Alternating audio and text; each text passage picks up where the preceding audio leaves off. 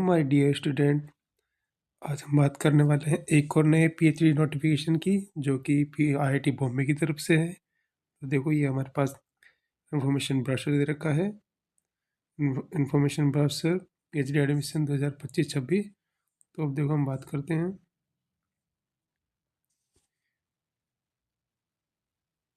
ये कंटेंट है, इसमें दे रखा है important guidelines for PhD application and important dates for autumn and spring semester admission. वो आपको पता है, ये जनरल में ये सारी चीज़ें दे रखी हैं। इंस्टीट्यूट के बारे में दे रखा है, रिसर्च फैसिलिटी क्या है, स्टूडेंट है, एमिनिटीज़ क्या है, पीएचडी प्रोग्राम क्या है, वो आप चेक कर सकते हैं। और देखिए, information on discipline and academic units. हमारे पास जो डिसिप्लिन है उनमें क्या क्या है, उनमें देखो, एयरोस्पेस इंजीनियरिंग है, bio science and bio engineering है, केमिकल इंजीनियरिंग है, केमिस्ट्री है, सिविल इंजीनियरिंग है, क्लाइमेट स्टडीज़ है, कंप्यूटर साइंस एंड इंजीनियरिंग है, डिज़ाइन है, डिजिटल हेल्थ है, अर्थ साइंस है, इकोनॉमिक्स है, और भी बहुत सारे हैं। आप अपने हिसाब से देख सकते हैं। मैनेजमेंट है, मैथमेटिक्स है, फिजिक्स है, पॉलिसी स्टडीज़ है। तो आप अपने हिसाब से चेकआउट कर सकते हैं। ये अपेंडिसेस दे रखे हैं, इनको भी आप देख सकते हैं। अब आ जाते हैं important guidelines for PhD application. तो देखो, जो पीएचडी का जो एप्लीकेशन है वो ऑनलाइन भरा जाएगा। इसलिए वो लिंक दे रखा है, ये लिंक दे रखा है। आप इस लिंक पर क्लिक करके आप अपने फॉर्म को भर सकते हैं। जो फॉर्म है वो केवल ऑनलाइन ही भरा जाएगा, इसके अलावा और कोई मेथड है जो एक्सेप्टेबल नहीं होगा। और फीस की एप्लीकेशन फीस की बात करें तो जो वुमेन कैंडिडेट और SC ST PW category candidates के लिए 150 रहने वाली है, और जो ऑल अदर कैंडिडेट्स हैं उनके लिए 300 रहने वाली है विदाउट लेट फाइन। अगर आप लेट फाइन के साथ भरते हैं तो आपकी जो सेम है SC ST और वुमेन के लिए वो 650 हो जाती है, और अदर कैंडिडेट्स के लिए 800 हो जाती है। तो आप इसको आप ध्यान रखें, आप विदाउट लेट फाइन पहले आप फॉर्म को भर दें।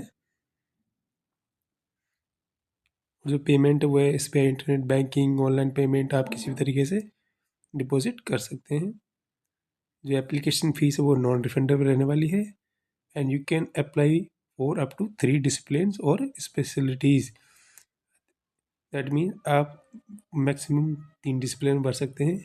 आप अपने अकॉर्डिंग देख लीजिएगा, और आपको अलग अलग अप्लाई करना होगा 3 डिसिप्लिन के लिए।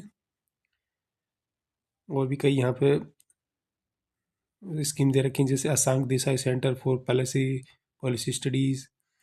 अगर इसमें आपको अप्लाई करना है तो ये लिंक दे रखी है, और आपको यहाँ पे एक 2000 वर्ड में रिसर्च प्रपोजल है, वो आपको सबमिट कराना होगा। सेम इधर है, मैनेजमेंट में आपको 1500 वर्ड में आपको एक रिसर्च और पर्पस सबमिट करना है। तो आप ये देख लीजिएगा, सबके लिए लिंक दे रखी है। इसके लिए ये department of humanities and social science के लिए दे रखा है, ये दे रखा है, और आप आगे चेक करते हैं। और भी हैं कई सारे। अब देखो, इम्पोर्टेंट हमारे पास है, you must upload the following bye submitting the PhD application. अगर आप अप्लाई कर रहे हैं तो आपके पास अप्लाई करते समय क्या क्या होना चाहिए। आपके पास एक स्कैन वर्जन ऑफ फोटोग्राफ होनी चाहिए, आप स्कैन वर्जन ऑफ सिग्नेचर होना चाहिए। आपके पास जो बैचलर डिग्री है या फिर मास्टर डिग्री जिससे भी आप अप्लाई कर रहे हैं उसके आपके पास लास्ट सेमेस्टर की मार्कशीट होनी चाहिए। अगर आप SC ST OBC या फिर SC ST OBC NCL हैं तो आपके पास कास्ट का सर्टिफिकेट होना चाहिए। आप PWS से हैं तो आपके पास PWS वाला सर्टिफिकेट होना चाहिए। अगर आप PW हैं, PW सर्टिफिकेट होना चाहिए। अगर आप PWD कैंडिडेट हैं, अगर स्पॉन्सर हैं, आप किसी भी ऑर्गेनाइज के द्वारा स्पॉन्सर्ड हैं, तो आपके पास स्पॉन्सरशिप सर्टिफिकेट होना चाहिए। और अगर आप आप प्रोजेक्ट स्टाफ हैं या फिर कोई इंस्टीट्यूट स्टाफ से कर रहे हैं तो आपके पास नॉन ऑब्जेक्टिव सर्टिफिकेट NOC होनी चाहिए to the letterhead principal investigator. और आपके पास एक SOP होना चाहिए सिंपल राइटिंग में, जो कि और एक रिसर्च प्रपोजल अगर आप एप्लीकेबल हैं, जिससे आपको जो एप्लीकेशन है वो बहुत ही इम्प्रेसिव हो जाता है। अगर आप ओबीसी एनसीएल वाले कैंडिडेट हैं तो उनकी जो इकोनॉमिक जो जो इनकम है पर ईयर वो 8 लाख से कम होनी चाहिए। और ये सारी चीज़ें यदि रखी हैं आप वो चेकआउट कर सकते हैं। और भी सारी चीज़ें मेन मेन थी आपने बता दी है। अगर इम्पोर्टेंट डेट्स की बात करें तो देखो, इम्पोर्टेंट डेट की बात करें तो जो एडवर्टाइजमेंट था वो 5 सितंबर को आ गया था। और जो एप्लीकेशन फॉर्म है वो 16 सितंबर से चालू हो चुके हैं। और जिसकी लास्ट डेट है वो 17 अक्टूबर रहने वाली विदाउट लेट फाइन। और जो अगर आप विद लेट फाइन भर जाना चाहते हैं तो उसकी जो 21 अक्टूबर है। अगर आपको और जो रिटायरमेंट का जो लास्ट डेट है for department to the send the list of candidates to be call for return test interview. अगर जो कोई भी जो रिस्पेक्ट डिपार्टमेंट आपको बुलाएगा तो उसकी लिस्ट 24 अक्टूबर को आ जाएगी। और 27 अक्टूबर को list of candidate call for interest test and interview हो जाएगा। उसके लिए आपको साइट पे डाल दी जाएगी और ये आप देख सकते हैं। और जो डिक्लेरेशन रिजल्ट है वो आपको 19 दिसंबर हो जाएगा। और आपकी पेमेंट जो फीस है वो आपको 24 दिसंबर तक भर देनी है। उसके बाद आप देख सकते हैं रिपोर्टिंग एंड ओरिएंटेशन एंड 1 से 2 जनवरी को आपका सेमेस्टर का रजिस्ट्रेशन हो जाएगा। उसके बाद और सारे प्रोसेस होके आपकी 5 जनवरी से क्लासेस वगैरह स्टार्ट हो जाएंगी। देखिए आगे चलते हैं। इंस्टीट्यूट के बारे में दे रखा है, ये आप चेकआउट कर सकते हैं।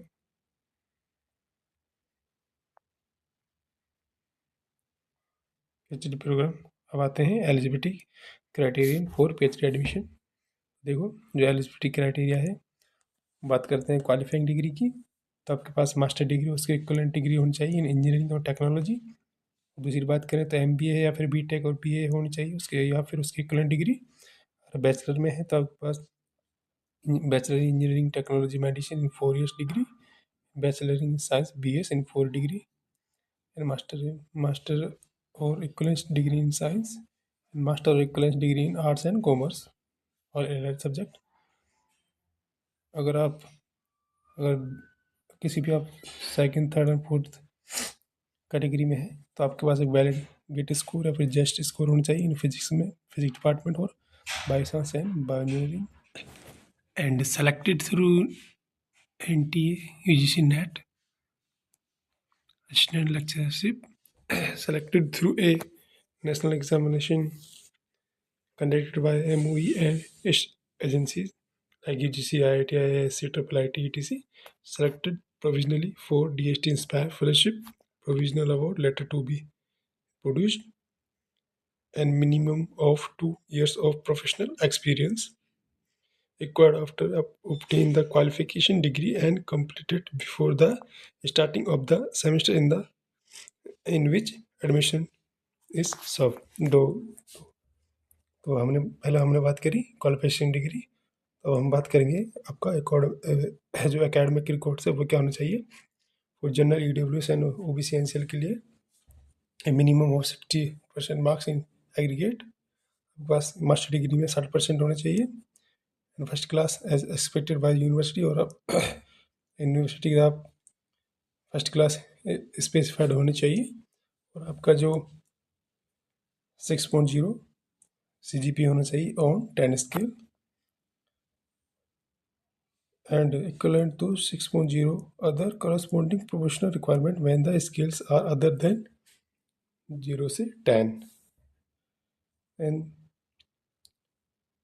for master or equivalent degree in arts and equivalent degree in humanities and social science subject, a minimum of 55% marks will be considered for admission to the PhD program offered only by departments of the humanities and social science. तो ये होगा। और अगर हम SC ST और PWT की बात करें तो आपको 5% का रिलैक्सेशन मिलेगा, जिसमें आपको 55% मार्क्स इन एग्रीगेट होनी चाहिए। आप same first class as specified by the university, और 5.5 CGPA on 10 scale, and then 5.5 CGPA on the other 0 से 10 and then same। अगर आप TA और RA कैटेगरी में है तो आपके पास बैचलर डिग्री होना चाहिए, admission through GE and having 8.0 CGPA on 8 scale और and a valid GATE score, आपके पास ये होना चाहिए। अगर आप TAP और RP कैटेगरी में है और आप एडमिशन थ्रू आप जियो अगर आपको JEE के थ्रू एडमिशन मिला है तो आपके पास 8.0 CGPA होना चाहिए। And then above from an Indian Institute of Technology और ओनली अगर आप किसी भी CFTI या फिर IIT से एडमिशन है और आपके पास गेट स्कोर होना चाहिए। अगर आप फाइनेंशियल सपोर्ट की बात करें तो अगर आप टीचिंग असिस्टेंट में हैं तो सेम आपके पास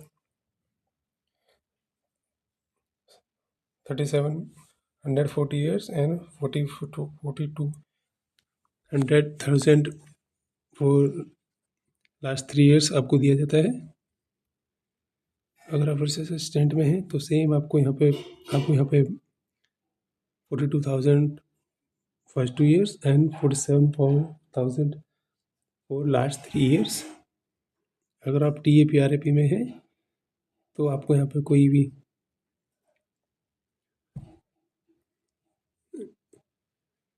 फाइनेंशियल सपोर्ट नहीं मिलती है। अगर आप फेलोशिप अवार्डी हैं, अगर आपके पास कोई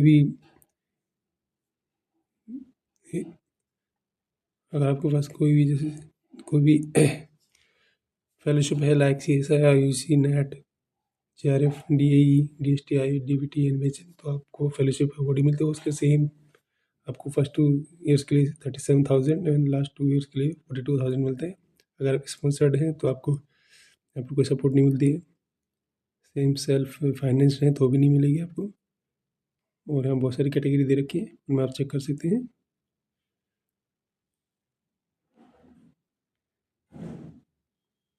एडमिशन प्रोसेसर, अगर एडमिशन प्रोसीजर की बात करें तो सेम आपको आपको इंटरव्यू के लिए या फिर रिटन टेस्ट के लिए शेड्यूल किया जाएगा। उसके बाद रिटन टेस्ट होगा एंड देन इंटरव्यू, उसके बेसिस पे आपको सेलेक्ट किया जाएगा।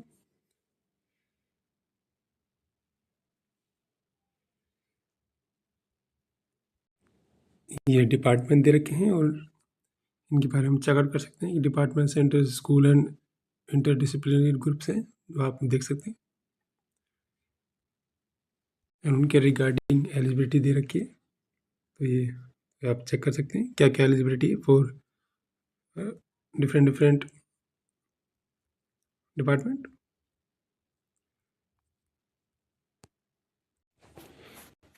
अगर हम डिपार्टमेंट ऑफ मैथमेटिक्स की बात करें तो एलिजिबिलिटी फॉर एडमिशन दे रखा same 60% for general EWS candidate in master degree and SC/ST के लिए 55% हो जाता है, 5% का रिलैक्सेशन मिलता है।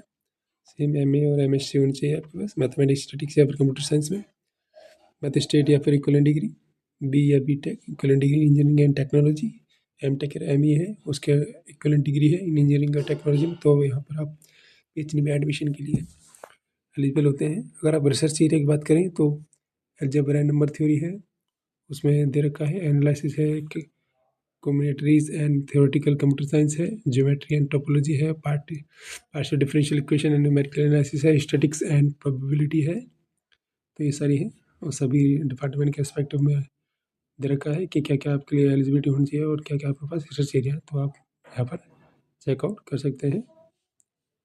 सो थैंक यू गाइस, ये हमारा दी गई जानकारी है। अगर आपको हमारी दी गई जानकारी अच्छी लगी तो प्लीज़ सब्सक्राइब करें हमारे चैनल को और लाइक करें।